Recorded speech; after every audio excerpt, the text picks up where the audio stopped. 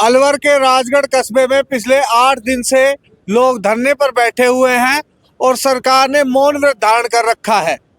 जब चुनाव आते हैं तो सरकारें इन्हीं लोगों के पैर पकड़ती है, लेकिन चुनाव के बाद इन लोगों को वही नेता देखने को नहीं मिलते हैं।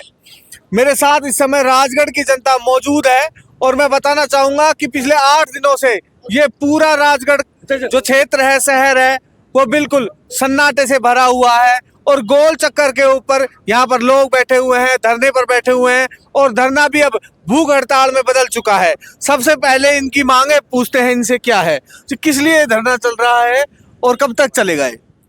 राजगढ़ में आज 8-9 दिन है। राजगढ़ संपूर्ण तरीके से बंद है।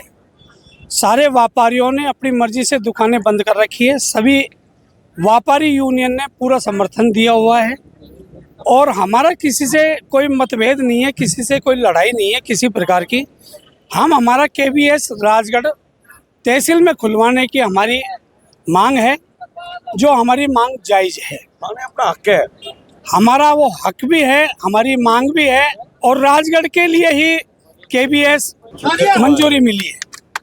बिल्कुल जनता साथ है और नेता साथ क्यों नहीं है आपके? देखो, ऐसा है कि जब बहुत बड़ा जो नेता होता है केंद्र लेवल का, उसके साथ में कुछ जो लोग हैं लगे हुए, वो उनको भ्रमित कर रहे हैं। माननीय सांसद महोदय का जो स्वभाव है वो बिल्कुल सरल है और वो हमेशा सबके साथ में रहने वाले हैं, परंतु उनको गुमराह कर रखा है। हमारा सांसद महोदय भूपेंद्र जी से निवेदन है, संजय शर्मा जी से निवेदन है, स्थानीय नेताओं से भी हमारा ये निवेदन है कि राजगढ़ की जनता के बीच में आए और हमारा समाधान करें। वो हमारा हक क्या है, हमारा हक मांग रहे हैं। हम कोई नाजायज मांग नहीं कर रहे। जो हमको राजगढ़ में केवीएस मिला है, आप उसको दूसरी जगह शिफ्ट कर रहे हो। हमारी रोटी आप दूसरे को दे रहे हो। हम तो हमारी जायज मांग मांग रहे हैं और हमारा नेता सुध लेने वाला नहीं है। जिसको हमने जिता के भेजा है यहाँ से, वो मेंबर खा के जिनको हमने जिता के भेजा है यहाँ से, एक भी नहीं आ रहा, चेयरमैन तक नहीं आ रहा। ऐसा क्या कर दिया हमने भाई? हमने वोट देकर बेकार कर दिया क्या? पिछले 8 दिनों से संपूर्ण राजगढ़ कस्बा बंद है। बड़े व्यापारी से लेकर छोटा काम धंधे करने वाला व्यक्ति वो अपना काम धंधा छोड़कर बैठा है, बंद किया हुआ है उसने। तो शासन प्रशासन के लोग आज दिनांक तक हमसे संपर्क क्यों नहीं कर रहे हैं और इस समस्या का समाधान क्यों नहीं निकाला? क्या ये समस्या इतनी बड़ी है? एक छोटी सी मांग है, राजगढ़ उपखंड के लिए जो केंद्रीय विद्यालय स्वीकृत किया गया था उसे राजगढ़ उपखंड में खोला जाना चाहिए। ये प्रश्न आपको शासन प्रशासन के लोगों से पूछना चाहिए। विपक्ष के नेता, बड़े बड़े नेता गोविंद सिंह डोडासरा हो, भंवर साहब हो, ये सब आपसे मिलने आए थे, उन्होंने क्या आश्वासन दिया था? देखिए, विपक्ष के नेता जो है वो आश्वासन देने की स्थिति में नहीं है। इस समय जो आश्वासन देना है और जो कार्रवाई करनी है वो सत्ता पक्ष को देनी है। इसलिए विपक्ष के नेता केवल उस पीड़ा को समझ सकते हैं और उस पर अपनी संवेदना व्यक्त कर सकते हैं। अच्छा, राजगढ़ के जो सत्ता पक्ष के लोग हैं, जैसे पार्षद है, चेयरमैन वगैरह है, या अपने एमएलए का चुनाव लड़ते हैं बनाराम मीणा जी, उनकी तरफ से आश्वासन क्या आया है अभी तक?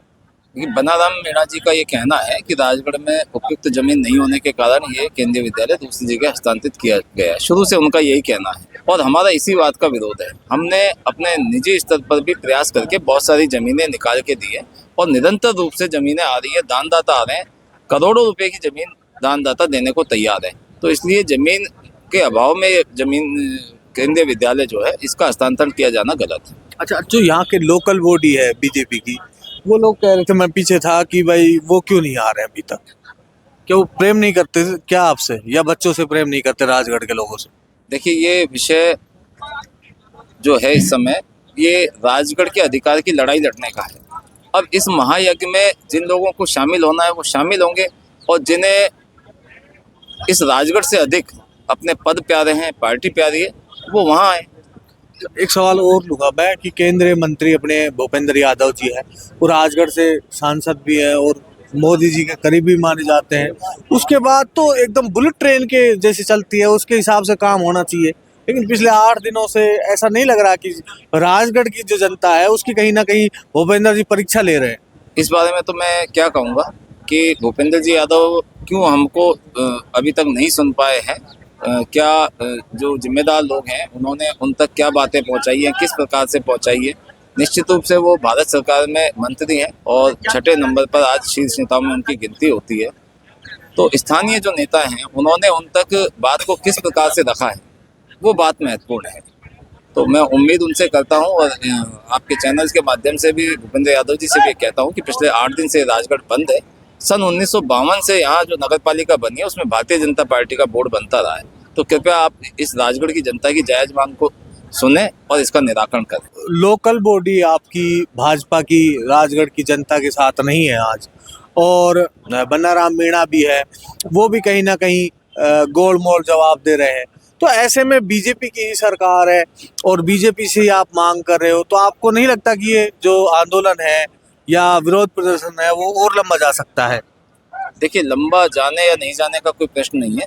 हमारी ये जायज़ मांग है और इसमें बीजेपी या पार्टी की कोई बात नहीं है। हम केवल इतना जानते हैं कि हमारे राजगढ़ उपखंड के लिए जो हमारे केंद्रीय विद्यालय स्वीकृत हुआ था और पिछले काफ़ी वर्षों से राजगढ़ के अधिकार मारे जाते रहे, इसलिए इस बार हम कमर कस के इस आंदोलन में उतरे। अभी जो दानदाताओं के द्वारा बात हुई है या समाज सेवकों के द्वारा बात हुई है, तो राजगढ़ क्षेत्र के अंदर कॉलेज के लिए जो अपनी केंद्रीय विद्यालय के लिए कितनी जमीन आपने कर ली है इकट्ठी? दानदाताओं के द्वारा जो जमीन दी गई है वो लगभग 10 बीघा है। इसके अलावा हमने एक जो जमीन बताई है वो लगभग 70 बीघा का खसरा है, ग्राम बावड़ी में चारागाह का खाता है, अलवर मुख्य रोड पर है और राजगढ़ स्टेशन से उसकी दूरी मात्र महज 5 या 6 किलोमीटर है। एक जमीन जिदावली गांव को जाते हैं तो वहाँ ग्राम कोठी नारायणपुर पे है, वहाँ वन विभाग की जमीन है, राजस्थान में और केंद्र में वन मंत्री दोनों भारतीय जनता पार्टी के सत्ता में है, वो लोग वो दे सकते हैं। एक जमीन राजगढ़ नगर पालिका क्षेत्र में कृषि उपज मंडी की है, 10.5 बीघा जमीन है, वो व्यर्थ पड़ी हुई है पिछले 35 साल से, उसको भी केंद्रीय विद्यालय के नाम हस्तांतरित किया जा सकता है। प्रशासनिक जो अधिकारी हैं राजगढ़ के, जैसे तहसीलदार हुए या फिर हम अलवर जिला कलेक्टर की बात करें, उनकी तरफ से क्या आश्वासन मिला अभी तक? देखिए, अलवर जिला कलेक्टर बिल्कुल संवेदनहीन है। पिछले 8 दिन से पूरा राजगढ़ कस्बा बंद है और हम लोग 2 बार बड़े महापड़ाव भी कर चुके हैं और एक एक पल की खबर अलवर जिला कलेक्टर को है। पिछले 5 दिन से मैं आमरण अनशन पे हूँ। कल से 2 व्यक्ति आमरण अनशन पर और आ गए हैं। इसके अलावा आज 2 व्यक्ति और बढ़ गए हैं। आमरण अनशन करने वालों की संख्या बढ़ती जा रही है। क्रमिक अनशन पर रोजाना 5-7 लोग बैठ रहे हैं। कल लगभग 18-20 अधिवक्ता हमारे साथ बैठे थे। इस सब के बावजूद जिला कलेक्टर अलवर द्वारा कोई मतलब हमारी सुध नहीं दी गई है। अब मैं अपने पहले वाले सवाल पे आता हूँ, क्योंकि मैंने पहला सवाल आपसे ये पूछा था कि आंदोलन कब तक चलेगा। भारतीय जनता पार्टी की लोकल बॉडी आपके साथ है नहीं। हनुमानगढ़ के अंदर 2 साल तक आंदोलन चला, लास्ट में किसानों ने अपने ट्रैक्टर उस फैक्ट्री के अंदर घुस दिए, तोड़ा फोड़ी की, तब जाके वो हाईलाइट हुआ। पिछले 4 महीनों से खैरतल के अंदर आंदोलन चल रहा है। मैं ये पूछना चाहता हूँ कि सरकारें, आपको लगता है कि जो वर्तमान सरकार है वो आंदोलन की भाषा समझ रही है? सरकारें हमेशा जनता से बनती है और राजगढ़ की जनता आंदोलन केंद्रीय विद्यालय की मांग पूरी होने तक करेगी।